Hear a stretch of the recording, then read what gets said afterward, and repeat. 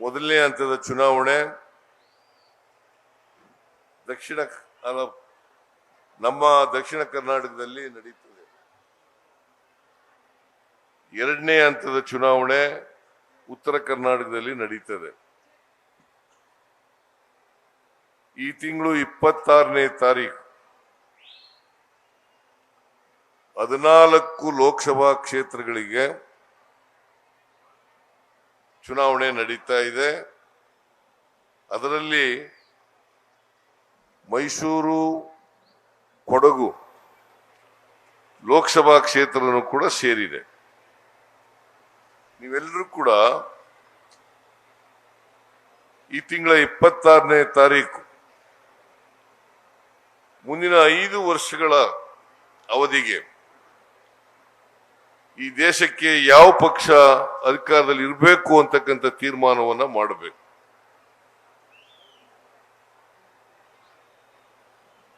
ನೀವು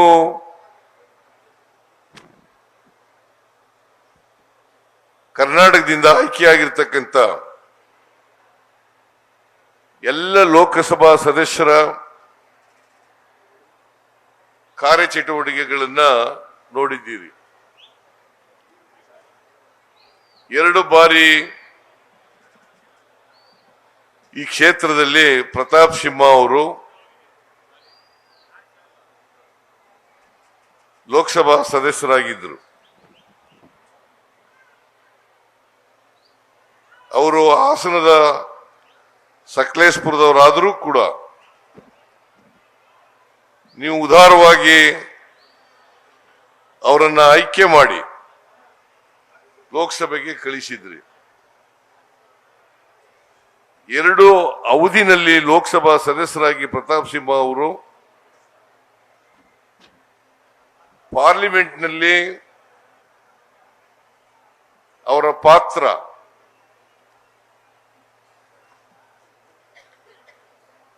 ಏನೇನೂ ಇಲ್ಲ ಅಂತ ಹೇಳಿದ್ರೆ ಅದು ಅತಿಶಯೋಕ್ತಿ ಆಗಲಾರದು. ಕರ್ನಾಟಕದ 27 ಲೋಕಸಭಾ ಸದಸ್ಯರಲ್ಲಿ ಪ್ರತಾಪ್ ಸಿಂಹನು ಕೂಡ ಒಬ್ರು.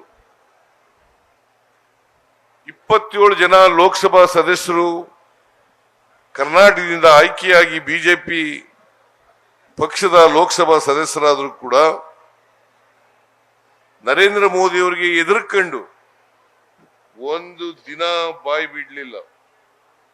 ಕರ್ನಾಟಕಕ್ಕೆ ಆಗಿರ್ತಕ್ಕಂಥ ಅನ್ಯಾಯಗಳನ್ನ ಪ್ರಸ್ತಾಪ ಮಾಡಲಿಲ್ಲ. ಕನ್ನಡಿಗರನ್ನ ರಕ್ಷಣೆ ಮಾಡತಕ್ಕಂಥ ಕೆಲಸವನ್ನ ಮಾಡಲಿಲ್ಲ. ಮತ್ತೆ ಈಗ ಪ್ರತಾಪ್ ಸಿಂಹನನ್ನ ಬದಲಾವಣೆ ಮಾಡಿ ಬೇರೊಬ್ಬರನ್ನ ಅಭ್ಯರ್ಥಿಯನ್ನಾಗಿ ಮಾಡಿದ್ದಾರೆ. ಪ್ರತಾಪ್ ಸಿಂಹ ಅವರು ಕೆಲಸ ಮಾಡಿದ್ರೆ ಅವ್ರನ್ನ ಯಾಕೆ ಬದಲಾವಣೆ ಮಾಡ್ತಾ ಇದ್ರು? ಅವರಿಗೆ ಮೈಸೂರು, ಕೊಡಗು ಲೋಕಸಭಾ ಕ್ಷೇತ್ರದಲ್ಲಿ ಸೋಲ್ತೇವೆ ಅಂತಕ್ಕಂಥ ಮಾಹಿತಿ ಸಿಕ್ಕದ್ರಿಂದ ಪ್ರತಾಪ್ ಸಿಂಹ ಅವರನ್ನ ಬದಲಾವಣೆ ಮಾಡಿದ್ದಾರೆ. ಇದು ಒಂದು. ಎರಡನೇದು, ಈ ಕ್ಷೇತ್ರದ ಅಭಿವೃದ್ಧಿ.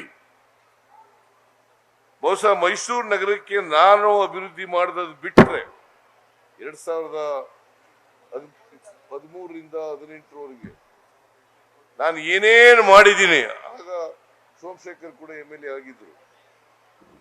ಎ ಆಗಿದ್ರು. ನಾನೇನು ಮಾಡಿರೋದು ಬಿಟ್ಟರೆ ಏನಾದ್ರು ಮಾಡಿದಾರ? ಯಾವ ಕೆಲಸನೂ ಕೂಡ ಮಾಡಲಿಲ್ಲ. ನಾನ್ ಮಾಡಿದನ್ನ ಬಿಜೆಪಿ ಅವ್ರು ಮಾಡೋದು ಅಂತೇಳಿ ಸುಳ್ಳು ಹೇಳಿದ್ರು ಅಷ್ಟೇ. ಅದು ಬಿಟ್ರೆ ಅವರ ಸಾಧನೆ ಶೂನ್ಯ. ಬಿಜೆಪಿಯವರ ಸಾಧನೆ ಶೂನ್ಯ. ಯಡಿಯೂರಪ್ಪನವರ ಸಾಧನೆ ಶೂನ್ಯ. ಬಸವರಾಜ ಬೊಮ್ಮಾಯಿ ಅವರ ಸಾಧನೆ ಶೂನ್ಯ. ಪ್ರತಾಪ್ ಸಿಂಹ ಅವರ ಸಾಧನೆ ಶೂನ್ಯ. ಇವ್ರಿಗೆ ಮತ್ತೆ ಆರಿಸಿ ಕಳಿಸ್ಬೇಕ ಬಿಜೆಪಿ ಅವರಿಗೆ? ಕರ್ನಾಟಕದ ಹಿತವನ್ನ ಕಾಪಾಡಲಿಕ್ಕೆ ಸಾಧ್ಯ ಆಗದೆ ಇರ್ತಂತ ಬಿಜೆಪಿಯವರನ್ನ ಮತ್ತೆ ಲೋಕಸಭೆಗೆ ಕಳಿಸ್ಬೇಕಾ ಅಂತಕ್ಕಂಥದ್ದು ನಿಮ್ ಮುಂದೆ ಇರ್ತಕ್ಕಂಥ ಪ್ರಶ್ನೆ. ಇದ್ರ ಬಗ್ಗೆ ಚರ್ಚೆ ಆಗ್ಬೇಕು. 3 ವರ್ಷ 10 ತಿಂಗಳು ಬಿಜೆಪಿಯವರು ಕರ್ನಾಟಕದಲ್ಲಿ ಅಧಿಕಾರವನ್ನು ಮಾಡಿದ್ರು. ಅದು ಏನ್ ನೇರವಾಗಿ ಜನರಿಂದ ಆಶೀರ್ವಾದ ಪಡೆದ ಅಧಿಕಾರ ಮಾಡಲಿಲ್ಲ. ಹಿಂಬಾಗಲಿನಿಂದ ಬಂದು ಮೋಸ ಮಾಡಿ ಆಪರೇಷನ್ ಕಮಲ ಮಾಡಿ 3 ವರ್ಷ 10 ತಿಂಗಳು ಅಧಿಕಾರದಲ್ಲಿದ್ದರು. ಆ 3 ವರ್ಷ 10 ತಿಂಗಳಲ್ಲಿ ಇಬ್ಬರು ಮುಖ್ಯಮಂತ್ರಿಗಳಾದರು, ಯಡಿಯೂರಪ್ಪ ಮತ್ತೆ ಬಸವರಾಜ ಬೊಮ್ಮಾಯಿ. ಅಂದ್ರೆ ಅವರಿಗೆ ಒಂದು ಸುಭದ್ರವಾದಂತ ಸರ್ಕಾರವನ್ನು ಕೊಡ್ಲಿಕ್ಕೆ ಸಾಧ್ಯ ಆಗಲಿಲ್ಲ, ಜನಪರವಾದಂತ ಸರ್ಕಾರವನ್ನು ಕೊಡ್ಲಿಕ್ಕೆ ಸಾಧ್ಯ ಆಗಲಿಲ್ಲ, ಬಡವರ ಪರವಾದಂತ ಸರ್ಕಾರವನ್ನು ಕೊಡ್ಲಿಕ್ಕೆ ಸಾಧ್ಯ ಆಗಲಿಲ್ಲ. ಇದು ನೀವು ನೋಡ್ಬೇಕಾಗಿರ್ತಕ್ಕಂಥ ವಿಚಾರ. ಇದನ್ನ ನೀವು ಅರ್ಥ ಮಾಡ್ಕೋಬೇಕು. ನಾನು ಚುನಾವಣೆಗೋಸ್ಕರ ಈ ಮಾತುಗಳನ್ನ ಹೇಳ್ತಾ ಇಲ್ಲ. ಏನು ಸತ್ಯ ಇದೆ ಆ ಸತ್ಯವನ್ನ ನಿಮ್ಮ ಮುಂದೆ ಪ್ರಸ್ತಾಪ ಮಾಡಲಿಕ್ಕೆ ಬಯಸ್ತಾ ಇದ್ದೇನೆ. ನಮ್ಮ ಕಾರ್ಯಕರ್ತರು ಕೂಡ ಮತದಾರರ ಬಳಿ ಹೋಗಿ ಈ ಸತ್ಯವನ್ನೇ ಹೇಳಬೇಕು. ಇವತ್ತು ಜಯದೇವ ಆಸ್ಪತ್ರೆ ಮಾಡಿದವರು ಯಾರು? ಟ್ರಾಮಾ ಸೆಂಟರ್ ಮಾಡಿದವರು ಯಾರು? ಮಾರಣಿ ಕಾಲೇಜ್ ಮಾಡಿದವರು ಯಾರು? ಹಾಸ್ಟೆಲ್ ಮಾಡಿದವರು ಯಾರು?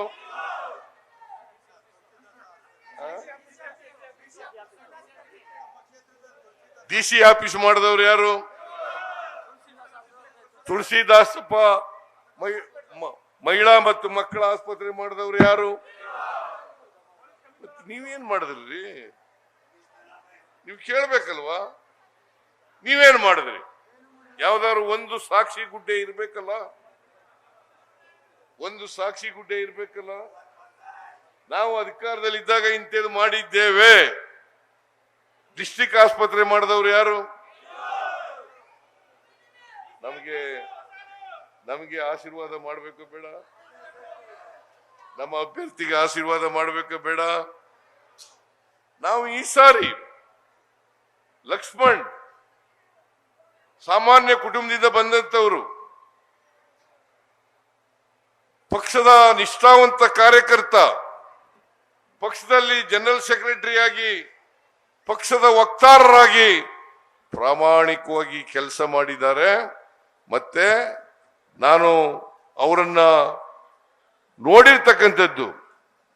ನಿಮ್ಮ ಪ್ರತಿನಿಧಿ ಆಗ್ಲಿಕ್ಕೆ ಸಾಮರ್ಥ್ಯ, ಎಲ್ಲಾ ಸಾಮರ್ಥ್ಯಗಳನ್ನು ಹೊಂದಿರತಕ್ಕಂಥ ವ್ಯಕ್ತಿ ಅಂತಕ್ಕಂಥದನ್ನ ತಿಳ್ಕೋಬೇಕಾಗ್ತದೆ. ನಿಮ್ ಪರವಾಗಿ ಪಾರ್ಲಿಮೆಂಟ್ ನಲ್ಲಿ ಮಾತಾಡ್ಬೇಕಾ ಬೇಡ? ನಿಮ್ಮ ಧ್ವನಿಯಾಗಿರ್ಬೇಕಾ ಬೇಡ? ಅದು ಇರ್ಬೇಕು ಅನ್ನೋದಾದ್ರೆ ಲಕ್ಷ್ಮಣ್ ಅವರನ್ನ ಆಯ್ಕೆ ಮಾಡಬೇಕು. ಮಾಡ್ತೀರಿ ಅಲ್ವಾ? ಇವತ್ತು ಕೃಷ್ಣರಾಜ ವಿಧಾನಸಭಾ ಕ್ಷೇತ್ರದಲ್ಲಿ ಸೋಮಶೇಖರ್ ಕೆಲವೇ 1000 ಮತಗಳ ಅಂತರದಿಂದ ಸೋತರು. ಈಗ ರಾಜೀವ್ ಕೂಡ ಬಂದು ಸೇರ್ಕೊಂಡಿದ್ದಾರೆ. ಸೋಮಶೇಖರ್ ಜೊತೆ ರಾಜೀವ್ ಸೇರಿರೋದ್ರಿಂದ ನಮಗೆ ಕೃಷ್ಣರಾಜ ಕ್ಷೇತ್ರದಲ್ಲಿ ಆನೆ ಬಲ ಬಂದಿದೆ ಅಂತಕ್ಕಂಥದ್ದನ್ನು ಹೇಳಲಿಕ್ಕೆ ಬಯಸ್ತಾ ಇದ್ದೇನೆ.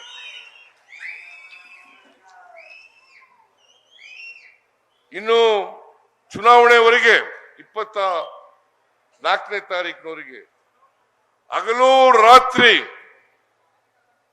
ಅವರಿಬ್ರು ಕೆಲಸ ಮಾಡಬೇಕು, ನೀವೆಲ್ಲರೂ ಕೂಡ ಕೆಲಸ ಮಾಡಬೇಕು. ಆ ಕೆಲಸ ಮಾಡಿದ್ರೆ ಮಾತ್ರ ನಾವು ಮಾಡದಂತ ಕೆಲಸಕ್ಕೆ ಮನ್ನಣೆ ಸಿಗಲಿಕ್ಕೆ ಸಾಧ್ಯ ಆಗ್ತದೆ ಅಂತಕ್ಕಂಥದನ್ನ ತಿಳ್ಕೋಬೇಕಾಗ್ತದೆ. ನರೇಂದ್ರ ಮೋದಿಯವರು ಕಳೆದ 10 ವರ್ಷಗಳಿಂದ ಈ ದೇಶದ ಪ್ರಧಾನಮಂತ್ರಿ ಆಗಿದ್ದಾರೆ. 12 ವರ್ಷ ಗುಜರಾತಿನ ಮುಖ್ಯಮಂತ್ರಿ ಆಗಿದ್ರು. ಅವರು ಹೇಳಿದ್ರು ಪ್ರಧಾನಮಂತ್ರಿ ಆದಾಗ, ದೇಶದಲ್ಲಿ ಗುಜರಾತ್ ಮಾದರಿ ಸರ್ಕಾರ ಮಾಡ್ತೀವಿ. ನಾನು ಗುಜರಾತ್ ಬಹಳ ಅಭಿವೃದ್ಧಿ ಆಗಿರ್ಬೇಕು ಅಂತ ಹೋಗಿ ನೋಡಿದೆ. ಕರ್ನಾಟಕಕ್ಕಿಂತ ಅಭಿವೃದ್ಧಿ ಆಗಿದೆ ಏನಪ್ಪಾ ಅಂತ ನೋಡಕ್ ಹೋದ್ರೆ ನಮ್ಮ ರಾಜ್ಯದ ಅಭಿವೃದ್ಧಿಗೂ ಕೂಡ ಹೋಲಿಕೆ ಮಾಡಲಿಕ್ಕೆ ಸಾಧ್ಯ ಆಗಲ್ಲ. 12 ವರ್ಷ ಮುಖ್ಯಮಂತ್ರಿ, ಈಗ 10 ವರ್ಷ ಪ್ರಧಾನಮಂತ್ರಿ. ಈ ದೇಶಕ್ಕೆ ಏನ್ ಕಾಂಟ್ರಿಬ್ಯೂಷನ್ ಅವ್ರದ್ದು ಅಂತಕ್ಕಂಥದ್ದನ್ನ ನೀವೆಲ್ಲರೂ ಕೂಡ ವಿಚಾರ ಮಾಡಬೇಕಾಗ್ತದೆ. ಏನ್ ಮಾಡಿದ್ದಾರೆ? ಅವರು ಹೇಳಿದಂತ ಭರವಸೆಗಳನ್ನ ಈಡೇರಿಸಿದಾರ? ನನ್ನ ಪ್ರಕಾರ ಅವ್ರು ಹೇಳಿರ್ತಕ್ಕಂಥ ಪ್ರಮುಖ ಭರವಸೆಗಳು ಆ ಯಾವ ಭರವಸೆಗಳನ್ನು ಕೂಡ ಈಡೇರಿಸಿಲ್ಲ. ಯಾವ ಭರವಸೆಗಳನ್ನು ಕೂಡ ಈಡೇರಿಸಿಲ್ಲ. ನಾನು ರಾಜೀವ್ ಸೇರ್ಕೊಂಡಾಗ ಹೇಳಿದೆ, ನಾನು 15 ಲಕ್ಷ ಹೊರದೇಶದಲ್ಲಿ ಕಪ್ಪು ಹಣ ಇದೆ, ಆ ಕಪ್ಪು ಹಣ ತಗೊಂಡು 15 ಲಕ್ಷ ಎಲ್ಲರ ಅಕೌಂಟ್ಗಳಿಗೆ ಹಾಕ್ಬಿಡ್ತೀನಿ ಅಂತ ಹೇಳಿದ್ರು. ಕೂತ್ಕೊಳ್ಳಯ್ಯ, ಕೂತ್ಕೊಳ್ಳಿ ಎಲ್ಲರ ಕುಳಿಸು ಅವ್ರಿಗೆ. ನನ್ ನೋಡಕ್ಕೆ ಬಂದಿರೋದು ಮಾದೇವಪ್ಪ. ಕೂತ್ಕೊಳ್ಳಯ್ಯ ಮಾದೇವಪ್ಪ. ಅವನಿಗೊಂದು ಕುರ್ಚಿ ಕೊಡ್ರಿ. ಅಲ್ಲಿ ಕಿವಿ ಕೇಳಿಸಲ್ವಾ?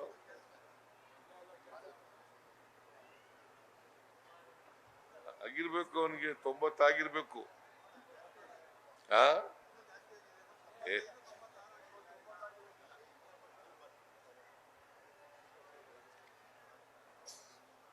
ನೀವು ನರೇಂದ್ರ ಮೋದಿ ಅವರು ಸಾಧನೆಗಳನ್ನ ಒಮ್ಮೆ ಅವಲೋಕನ ಮಾಡಿ. ಅವರು ಬಡವರ ಪರವಾಗಿ ಕೆಲಸ ಮಾಡಿದ್ರೆ, ರೈತರ ಪರವಾಗಿ ಕೆಲಸ ಮಾಡಿದ್ರೆ, ಮಹಿಳೆಯರ ಪರವಾಗಿ ಕೆಲಸ ಮಾಡಿದ್ರೆ ಮೆಚ್ಚಬಹುದು. 15 ಲಕ್ಷ ರೂಪಾಯಿ ಎಲ್ಲರ ಅಕೌಂಟ್ಗಳಿಗೆ ತಂದು ಕೊಡ್ತೀನಿ. 6 ತಿಂಗಳ ಟೈಮ್ ಸಾಕು ನನಗೆ. 6 ತಿಂಗಳಲ್ಲಿ ಎಲ್ರಿಗೂ 15 ಲಕ್ಷ ಕೊಟ್ಬಿಡ್ತೀನಿ ಅಂತ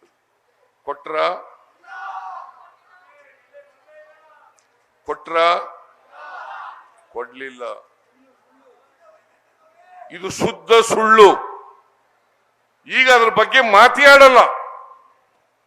15 ಲಕ್ಷ ಬೇಡಪ್ಪ, ಈಗ ಬೇಡಯ್ಯ. ಯಾರು ನಿಮ್ ಕಾಮನ್ ಸೆನ್ಸ್ ಇಲ್ವಲ್ಲ?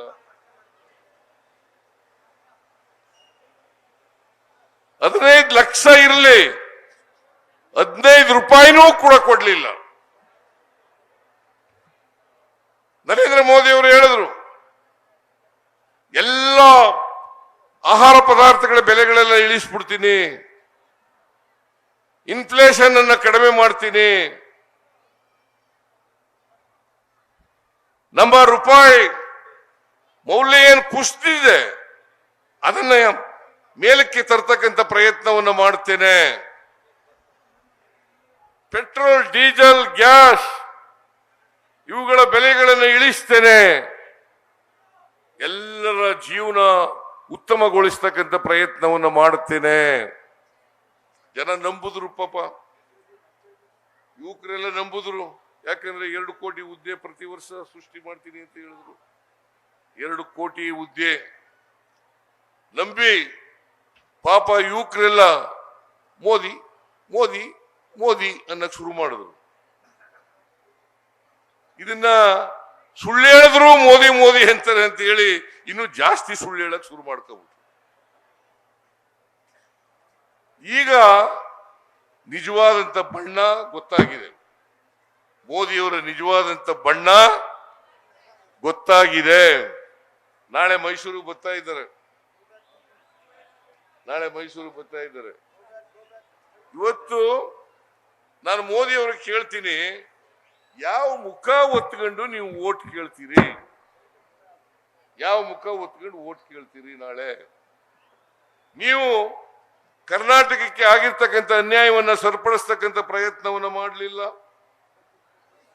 ಬರಗಾಲ ಬಂದಾಗ ಬಂದು ಕೇಳಲಿಲ್ಲ, ರೈತರ ಕಷ್ಟ ಸುಖ ಕೇಳಲಿಲ್ಲ. ಪ್ರವಾಹ ಬಂದಾಗ ಬರಲಿಲ್ಲ. ಕೇವಲ ಓಟ್ ಕೇಳಕ್ಕೋಸ್ಕರ ಬರ್ತಾ ಇದ್ದೀರಿ. ಹೋಗ್ಲಿ ಈ ದೇಶದ ಬಡವರ, ದಲಿತರ, ಮಹಿಳೆಯರ ಅವ್ರ ಕೆಲಸನಾರು ಮಾಡಿದ್ರ? ಅದು ಮಾಡಲಿಲ್ಲ. ಬರಗಾಲ ಬಂದಿದೆ ಕರ್ನಾಟಕದಲ್ಲಿ. ಬರಗಾಲಕ್ಕೆ ಇವತ್ತವರೆಗೆ ₹1 ಬಿಡುಗಡೆ ಮಾಡಕ್ಕಾಗಿಲ್ಲ. ಕರ್ನಾಟಕದ ಮೇಲೆ ದ್ವೇಷ ಸಾಧಿಸ್ತಾ ಇದ್ದೀರಿ. ಕರ್ನಾಟಕದ ಬಗ್ಗೆ ದ್ವೇಷ ನಿಮಗೆ, ಮಲತಾಯಿ ಧೋರಣೆ ನಿಮಗೆ. ಇವತ್ತು ನೀವು ಕೇಳಬೇಕಾಗ್ತದೆ, ನೀವು ₹1 ಆದ್ರೂ ಯಾಕೆ ಕೊಡ್ಲಿಲ್ಲ? ಅದು ಅವ್ರ ಮನೆಯಿಂದ ಕೊಡೋದಲ್ಲ, ಕೇಂದ್ರ ಸರ್ಕಾರದ ದುಡ್ಡಲ್ಲ, ನಮ್ಮ ಹಣ, ನಮ್ಮ ತೆರಿಗೆ ಹಣ, ನೀವು ಕೊಡ್ತಕ್ಕಂಥ ತೆರಿಗೆ ಹಣ. ಈ ಹಣ ಕೊಡ್ಲಿಕ್ಕೆ ಇವ್ರಿಗೆ ಹೊಟ್ಟೆ ಉರಿಯಲ್ಲ. ಯಾಕಂತಂದ್ರೆ ಕರ್ನಾಟಕದಲ್ಲಿ ಕಾಂಗ್ರೆಸ್ ಸರ್ಕಾರ ಇದೆ, ಬಡವರಿಗೆ ಕೆಲಸ ಮಾಡ್ತಾ ಇದ್ದಾರೆ, ಅವ್ರಿಗೆ ದುಡ್ಡು ಕೊಡದೇನೆ ತೊಂದರೆ ಕೊಡಬೇಕು ಅಂತೇಳಿ ಇವತ್ತಿನವರೆಗೆ ₹1 ಬಿಡುಗಡೆ ಮಾಡಲಿಲ್ಲ. ₹1 ಬಿಡುಗಡೆ ಮಾಡಲಿಲ್ಲ. ನಾವು 18,171 ಕೋಟಿ ಕೇಳಿದೀವಿ. 18,171 ಕೋಟಿ. ಸುಮಾರು 48 ಲಕ್ಷ ಹೆಕ್ಟೇರ್ ಪ್ರದೇಶದಲ್ಲಿ ಬೆಳೆ ಹಾನಿಯಾಗಿದೆ. 48 ಲಕ್ಷ ಹೆಕ್ಟೇರ್ ಪ್ರದೇಶದಲ್ಲಿ ಸುಮಾರು 35,000 ಕೋಟಿ ರೈತರಿಗೆ ನಷ್ಟ ಆಗಿದೆ ಬೆಳೆ ಹಾನಿಯಿಂದ. ನೀವು ಇವತ್ತಿನವರೆಗೆ ಇಷ್ಟೆಲ್ಲ ಕಷ್ಟದಲ್ಲಿ ಇದ್ರೂ ಕೂಡ ₹1 ಕೊಡ್ಲಿಲ್ಲ. ನಾವು 240 ತಾಲೂಕುಗಳಲ್ಲಿ 223 ತಾಲೂಕುಗಳನ್ನ ಬರಗಾಲ ಪೀಡಿತ ಪ್ರದೇಶ ಅಂತೇಳಿ ಘೋಷಣೆ ಮಾಡಿದ್ದೀವಿ. ಇದು ಬಹುಶಃ 100 ವರ್ಷಗಳಲ್ಲಿ ಇಂಥ ಭೀಕರವಾದಂಥ ಬರಗಾಲ ಬಂದಿರ್ತದೆ ಕರ್ನಾಟಕಕ್ಕೆ. ಇದೇ ಆಫ್ಟರ್ 100 ಇಯರ್ಸ್. ಕೂತ್ಕೊಳ್ರಮ್ಮ, ಇನ್ನೊಂದು 10 ನಿಮಿಷ ಕೂತ್ಕೊಳ್ಳಿ. ಕೂರ್ರಿ.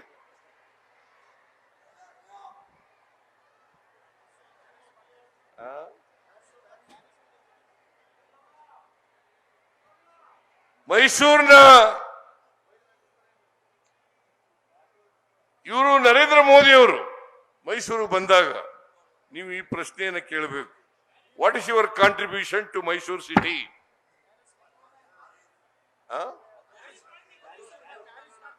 ಏನ್ ಪ್ಯಾರಿಸ್ ಮಾಡೋದು? ಇವತ್ತಿನವರೆಗೆ 10 ವರ್ಷದಲ್ಲಿ ಒಂದೇ ಒಂದು ಅಭಿವೃದ್ಧಿ ಕೆಲಸ ಮಾಡಿದವರು ಪ್ಯಾರಿಸ್ ಮಾಡ್ತಾರೆ.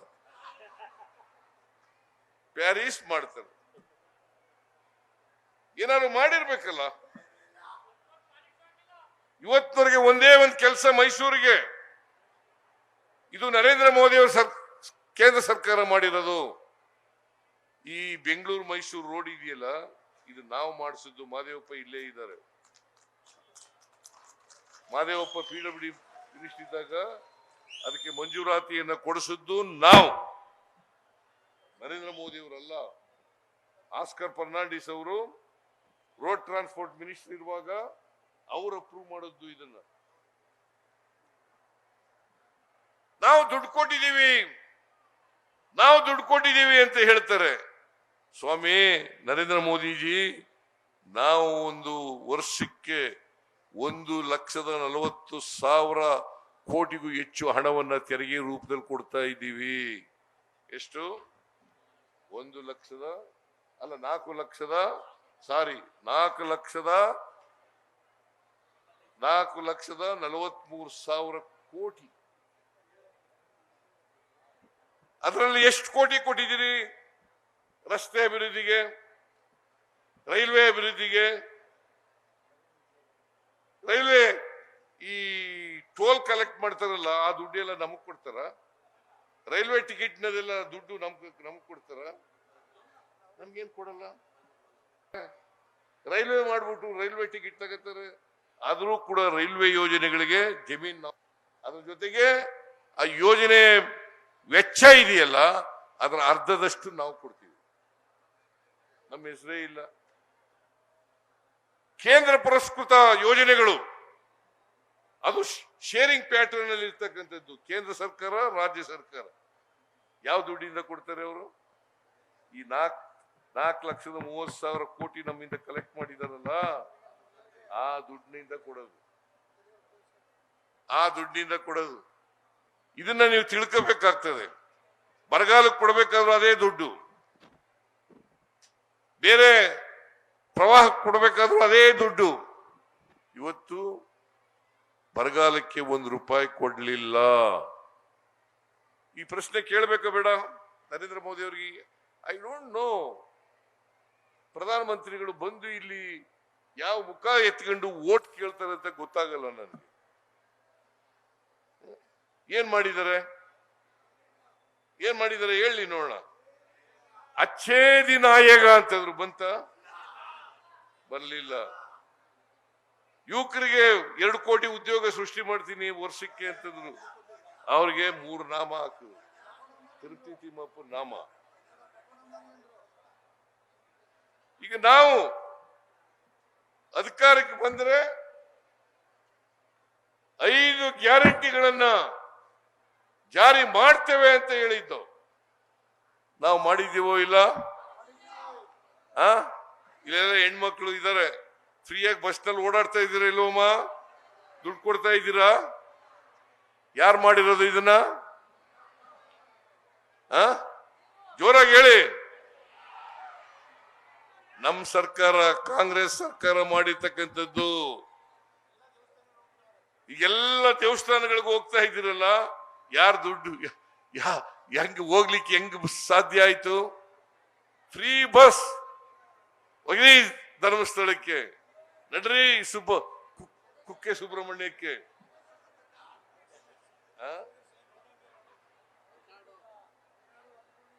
ಹೊರನಾಡು ನಡ್ರಿ, ಮಾದೇಶ್ವರನ ಬೆಟ್ಟ ನಡ್ರಿ. ಇವೆಲ್ಲ ಹೋಗ್ಲಿಕ್ಕೆ ಸಾಧ್ಯ ಆದದ್ದು ನಾವು ಉಚಿತವಾಗಿ ಬಸ್ ಪ್ರಯಾಣವನ್ನ ಮಾಡದ್ರಿಂದ. ಈ ಗ್ಯಾರಂಟಿ ಶಕ್ತಿ ಯೋಜನೆ ಗ್ಯಾರಂಟಿ. ಇದನ್ನ ನಾವು ಅಧಿಕಾರಕ್ಕೆ ಮೇ 20ಕ್ಕೆ ಬಂದವು. ಜೂನ್ 11ನೇ ತಾರೀಕಿಗೆ ಇದನ್ನು ಜಾರಿ ಮಾಡೋದು. ಜೂನ್ 11ನೇ ತಾರೀಕಿಗೆ ಜಾರಿ ಮಾಡೋದು. ಆಮೇಲೆ ಅನ್ನಭಾಗ್ಯ. ನರೇಂದ್ರ ಮೋದಿ ಅವರು ನಾನು ಮುಖ್ಯಮಂತ್ರಿ ಆಗಿರುವಾಗ 7 ಕೆಜಿ ಅಕ್ಕಿ ಕೊಡ್ತಾ ಇದ್ದೆ. ಬಡವರು ಊಟ ಮಾಡ್ಲಿ 3 ಹೊತ್ತು ಅಂತ ಹೇಳಿ, ಹೊಟ್ಟೆ ತುಂಬಾ ಊಟ ಮಾಡ್ಬೇಕು, ಯಾರು ಹಸಿದು ಮಲಗಬಾರದು ಅಂತ ಹೇಳಿ 7 ಕೆಜಿ ಅಕ್ಕಿ ಕೊಡ್ತಾ ಇದ್ದೆ ಹಿಂದೆ 2013 18ವರೆಗೆ. ಈ ಬಿಜೆಪಿಯವರು ಬಂದು ಆ 7 ಕೆಜಿನ 5 ಕೆಜಿ ಮಾಡ್ಬಿಟ್ರು.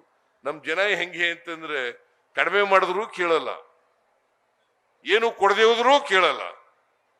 ನರೇಂದ್ರ ಮೋದಿ ಏನು ಕೊಡ್ಲಿಲ್ಲ. ಭಾವನಾತ್ಮಕವಾದಂತ ವಿಚಾರಗಳಿಂದ ಹೊಟ್ಟೆ ತುಂಬಿಸ್ಲಿಕ್ಕೆ ಸಾಧ್ಯ ಆಗೋದಿಲ್ಲ. ಹಸಿದ ಹೊಟ್ಟೆಗೆ ಅನ್ನ ಕೊಡಬೇಕು, ಮೈಗೆ ಬಟ್ಟೆ ಕೊಡಬೇಕು, ಮನೆ ಸೂರು ಕೊಡಬೇಕು. ಇದು ಕಾಂಗ್ರೆಸ್ ಪಕ್ಷದ ಸಿದ್ಧಾಂತ.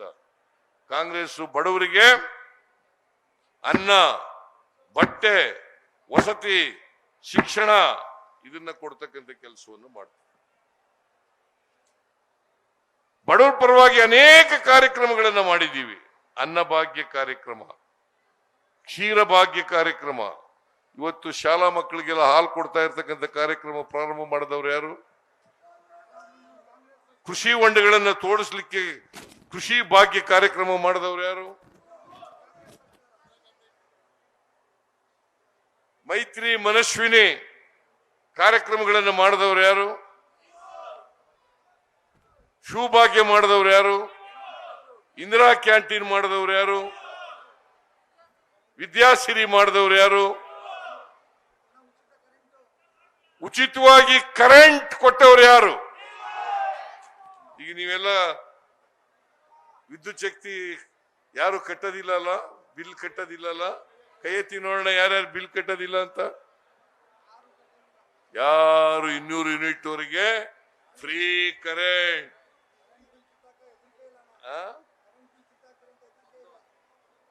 ಕರೆಂಟ್ ಬಿಲ್ ಯಾವ ಕಾರಣಕ್ಕೂ ಕಿತ್ತಾಕಲ್ಲ. ಇನ್ನು ಆ ಭಯನೇ ಇಲ್ಲ ನಿಮಗೆ.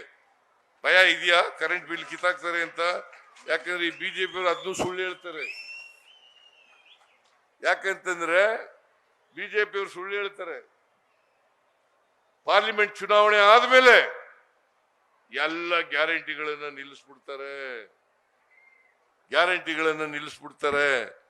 ನಾನಿವತ್ತು ಬಹಳ ಸ್ಪಷ್ಟವಾಗಿ ಹೇಳಲಿಕ್ಕೆ ಬಯಸ್ತೇನೆ ನಿಮ್ಮ ಮುಂದೆ, ಎಷ್ಟೇ ಖರ್ಚಾಗಲಿ ಏನೇ ಆಗಲಿ ನಿಮಗೆ ಕೊಡ್ತಕ್ಕಂಥ ಗ್ಯಾರಂಟಿ ಯೋಜನೆಗಳನ್ನ ಯಾವ ಕಾರಣಕ್ಕೂ ಕೂಡ ನಿಲ್ಸಲ್ಲ ಅಂತಕ್ಕಂಥ ಮಾತನ್ನ ಹೇಳಲಿಕ್ಕೆ ಬಯಸ್ತಾ ಇದ್ದೇನೆ.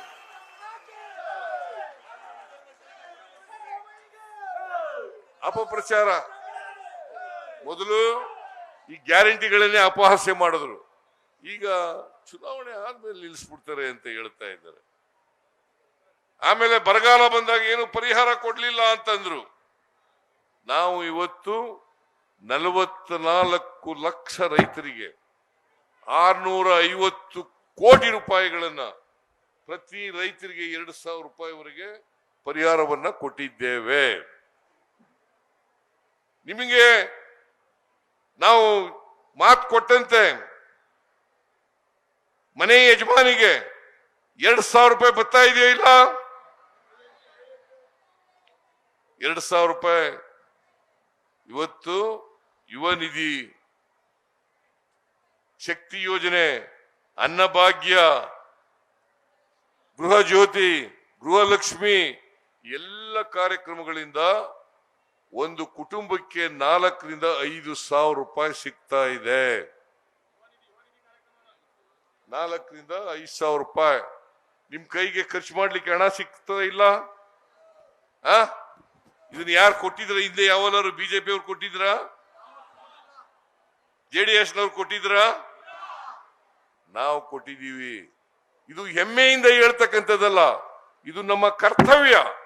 ಬಡವರ ಕೈಗೆ ದುಡ್ಡು ಕೊಡ್ಬೇಕು, ಅವ್ರಿಗೆ ಕೊಂಡ್ಕೊಳ್ತಕ್ಕಂಥ ಶಕ್ತಿಯನ್ನ ಹೆಚ್ಚು ಮಾಡ್ಬೇಕು.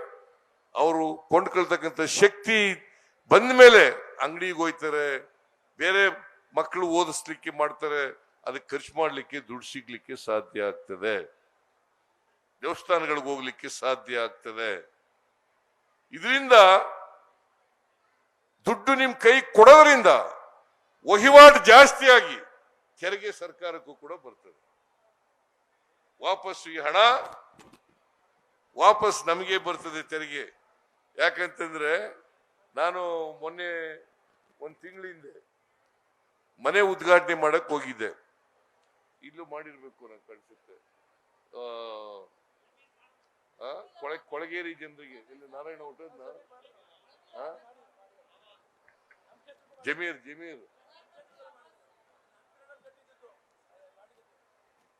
ನಾನು 36,000 ಮನೆಗಳನ್ನ ಬಡವರಿಗೆ ಹಂಚಿದೆ. ಅದ್ರ ಹೆಸರು ಮಾತ್ರ ನರೇಂದ್ರ ಮೋದಿ ಪ್ರಧಾನಮಂತ್ರಿ ಆವಾಸ್ ಯೋಜನೆ. ಅವ್ರು ಕೊಡೋದು 1.5 ಲಕ್ಷ, ಆ ಮನೆ ಖರ್ಚಾಗೋದು 7.5 ಲಕ್ಷ. GST ವಸೂಲು ಮಾಡ್ಕೋತಾರೆ 1,38,000 ರೂಪಾಯಿ. ಬರೋದು ಎಷ್ಟಪ್ಪ ನಮ್ಗೆ? 12,000 ಅಷ್ಟೇ.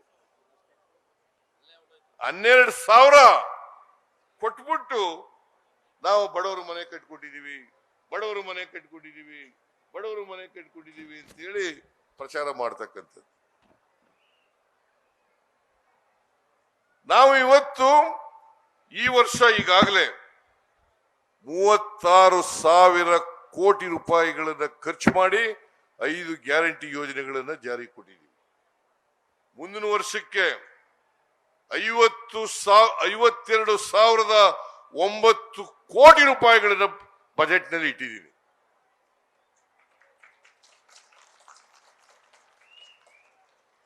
ಅದು ಎಷ್ಟೇ ದುಡ್ಡಾಗ್ಲಿ.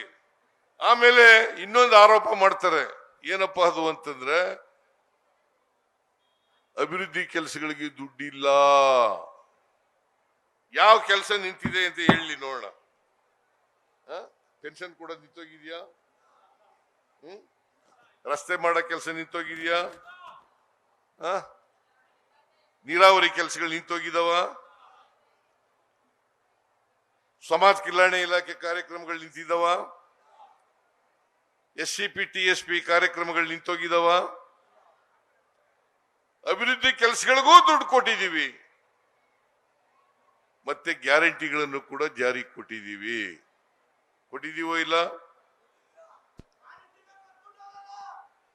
ಅದರಿಂದ ಕಾಂಗ್ರೆಸ್ ಪಕ್ಷ ಯಾವಾಗಲೂ ಕೂಡ ಬಡವರ ಪರವಾಗಿ ಕೆಲಸ ಮಾಡ್ಕೊಂಡು ಬಂದಿದೆ.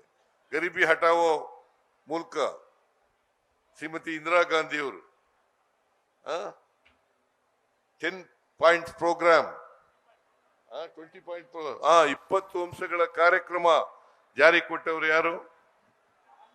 ಯಾರಿಗೋಸ್ಕರ ಈ ಕಾರ್ಯಕ್ರಮಗಳನ್ನು ಜಾರಿ ಕೊಟ್ಟದ್ದು? ಎಷ್ಟು ಮಟ್ಟಿಗೆ ಶ್ರೀಮತಿ ಇಂದಿರಾ ಗಾಂಧಿಯವರು ಬಡವರ ಮೇಲೆ ಇಂಪ್ಯಾಕ್ಟ್ ಮಾಡಿದ್ರು ಅಂತಂದ್ರೆ, ಒಂದ್ಸಾರಿ 1978ನೇ ಇಸ್ವಿನಲ್ಲಿ ನಾನು ಆಗ ಜನತಾ ಪಾರ್ಟಿನಲ್ಲಿದ್ದೆ. ವೋಟ್ ಕೇಳಕ್ ಹೋಗಿದ್ದೆ ನಾನು. ಆರೋಹಳ್ಳಿ ಅಂತ ಇಲ್ಲಿ ಪಕ್ಕದ ಊರು. ಅಲ್ಲಿ ವೋಟ್ ಕೊಡ್ತೀವಿ ಅಂತ ಹೇಳ್ತಾ ಇದ್ರು. ರಾಜಶೇಖರ ಮೂರ್ತಿ ಅವರು ಕ್ಯಾಂಡಿಡೇಟು ಮಾಡಿ ಅಂತ ಅವರು ಮಾತಾಡ್ತಾ ಇದ್ರು. ನೀವು ಮಾತಾಡ್ತಾ ಇರಿ, ನಾನು ಸ್ವಲ್ಪ ಒಳಗಡೆ ಹೋಗಿ ಬರ್ತೀನಿ ಅಂತ ಹೋದೆ. ಅಲ್ಲಿ ಒಬ್ಬರು ಮನೆ ಬಾಗಿಲು ನೋಡಿದೆ. ಒಳಗಡೆ ಹೋಗಿ ನೋಡಿದ್ರೆ ಇಂದಿರಾ ಗಾಂಧಿ ಫೋಟೋ ಇತ್ತು. ಯಾಕೆ ನೀವು ಇಂದಿರಾ ಗಾಂಧಿ ಫೋಟೋ ಇಟ್ಕೊಂಡಿದ್ದೀರಿ?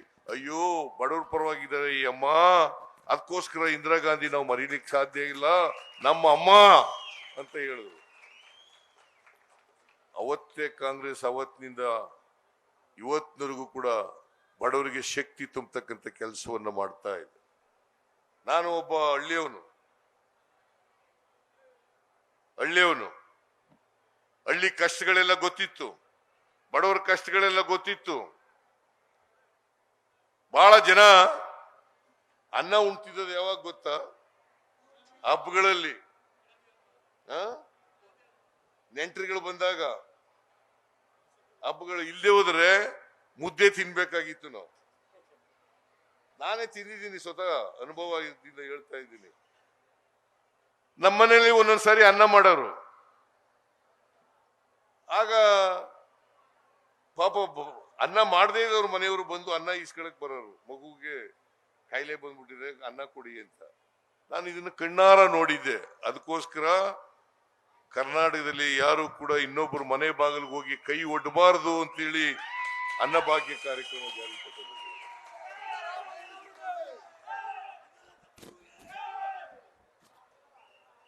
ಅನ್ನಭಾಗ್ಯ ಕಾರ್ಯಕ್ರಮ ತಗೊಂಡ್ಬಂದಿದ್ದು.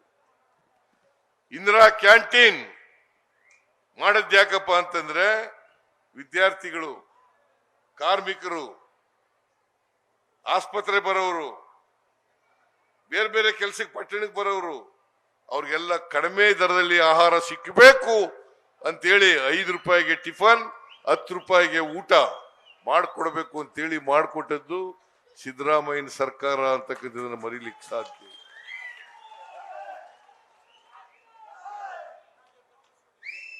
ಅದನ್ನ ಬಿಜೆಪಿಯವರು ನಿಲ್ಲಿಸ್ಬಿಟ್ಟಿದ್ರು. ಮತ್ತೆ ಈಗ ಮತ್ತೆ ಪ್ರಾರಂಭ ಮಾಡಿದೀವಿ. ಇಂದಿರಾ ಕ್ಯಾಂಟೀನ್ ಅನ್ನ ಮತ್ತೆ ಪ್ರಾರಂಭ ಮಾಡಿದೀವಿ. ಈ ಬಿಜೆಪಿಯವರು, ಅದಕ್ಕೆ ನಾನು ಹೇಳೋದು, ಯಾವತ್ತೂ ಕೂಡ ಬಡವರ ಪರವಾಗಿರ್ತಕ್ಕಂಥ ಪಕ್ಷ ಅಲ್ಲ. ಬಡವರ ವಿರೋಧಿಗಳು ಅವರು, ದಲಿತರ ವಿರೋಧಿಗಳು, ಅಲ್ಪಸಂಖ್ಯಾತರ ವಿರೋಧಿಗಳು. ಯಾಕಂತಂದ್ರೆ ಅವರು ಸಾಮಾಜಿಕ ನ್ಯಾಯಕ್ಕೆ ವಿರೋಧ ಇರ್ತಕ್ಕಂಥವ್ರು. ಮಂಡಲ್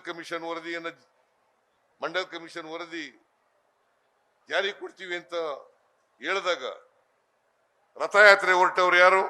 ವಿರೋಧ ಮಾಡಿ ಇದೇ ಅದ್ವಾನಿಯವರು. ಮೋದಿ ಯಾರಿಗೂ ಗೊತ್ತಿಲ್ಲ.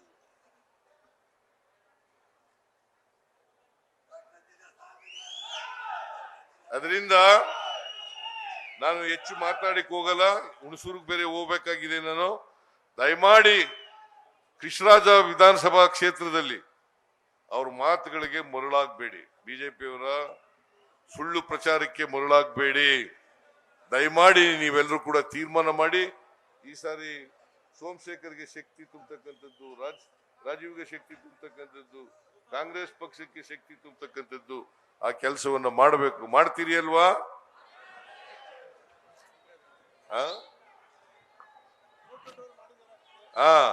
ನಮ್ಮ ಪಕ್ಷದ ಅಭ್ಯರ್ಥಿ ಕಾಂಗ್ರೆಸ್ ಪಕ್ಷದ ಅಭ್ಯರ್ಥಿಗೆ ಆಶೀರ್ವಾದ ಮಾಡಿ ಅವ್ರನ್ನ ಲೋಕಸಭೆಗೆ ಕಳಿಸ್ಕೊಡ್ಬೇಕು.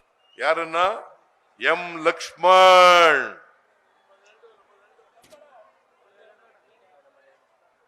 ಬ್ಯಾಲೆಟ್ ಪೇಪರ್ ನಲ್ಲಿ ನಂಬರ್ 2 ಹಸ್ತದ ಮುಂದೆ ಬಟನ್ ಒತ್ತೋದ್ರ ಮೂಲಕ ಲಕ್ಷ್ಮಣ್ ಅವರನ್ನ ಕಳಿಸ್ಕೊಡ್ಬೇಕು. ಕಳಿಸ್ಕೊಡ್ತೀರಿ ತಾನೆ? ನಿಮ್ಮೆಲ್ರಿಗೂ ನಮಸ್ಕಾರ, ಒಳ್ಳೇದಾಗ್ಲಿ. ಒಳ್ಳೆ ಕಾರ್ಯಕ್ರಮ ಮಾಡಿದ್ದಾರೆ. ಸೋಮಶೇಖರ್ ಅವರಿಗೆ ಮತ್ತು ಅವರೆಲ್ಲ ತಂಡದವರಿಗೆ ಧನ್ಯವಾದಗಳನ್ನು ಹೇಳಿ, ನಿಮಗೆಲ್ಲ ನಮಸ್ಕಾರಗಳನ್ನು ಹೇಳಿ ನಾನು ಮಾತು ಮುಗಿಸ್ತೇನೆ. ನ್ಯೂಸ್ ಫಸ್ಟ್, ನಿರ್ಭೀತಿಯಿಂದ ನಿಮ್ಮ ಪರವಾಗಿ.